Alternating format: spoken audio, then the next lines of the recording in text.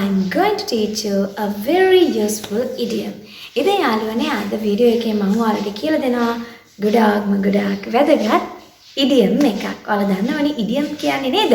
මතු පිටින් පේන අර්ථයට වැඩිය එහයින් තේරුමක් තියෙන ඉංග්‍රීසි භාෂාවේ ලස්සනට කතා කරන්න පුළුවන් රටාවක් තමයි මේ idioms කියලා කියන්නේ. ඉතින් මම අද ඔයාලට කියලා දෙන idiom එක තමයි not rocket science. It means to say something is not difficult to do or understand. ඒකේ තේරුම තමයි යම් දෙයක් කරන එක ඉච්චර දෙයක් නෙවෙයි, මහ ලොකු දෙයක් නෙමෙයි, අමාරු දෙයක් නෙමෙයි කියන තේරුම. හරි, let's see some examples. දැන් අපි උදාහරණ ටිකක් බලමු. First one. Cooking is not rocket science.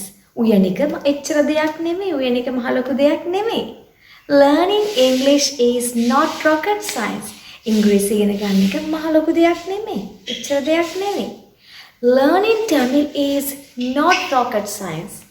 දෙමළ ඉගෙන ගන්න එක එච්චර දෙයක් නෙමෙයි, මහ ලොකු දෙයක් නෙමෙයි.